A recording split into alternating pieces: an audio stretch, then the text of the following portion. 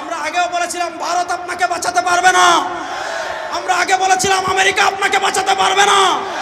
আপনি ক্ষমতার বাহাদুরি দেখিয়েছেন, আমাদের কথা মানেন নাই।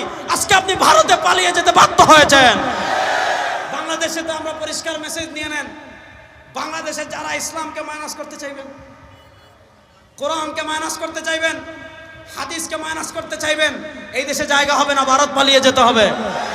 এই দেশে আর কিছু থাকুক আর না থাকুক, ইসলাম থাকবে ইনশাআল্লাহ। ইসলাম থাকবে, ইসলামকে কেউ বিলুপ্ত করতে পারবে না ইনশাআল্লাহ। এবার বুঝেন, ইসলামের একটা গুরুত্বপূর্ণ কনসেপ্ট হলো রাষ্ট্রের সব পর্যায়ে দিন প্রতিষ্ঠা করা।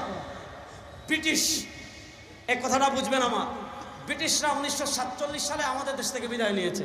কত সালে? 1947 সালে। আপনারা জানেন 1947 সালে রাষ্ট্র হলো দুটা, হিন্দুদের জন্য হিন্দুস্তান, মুসলমানের জন্য পাকিস্তান। পাকিস্তান মানে পবিত্র জায়গা, হিন্দুদের জন্য হিন্দু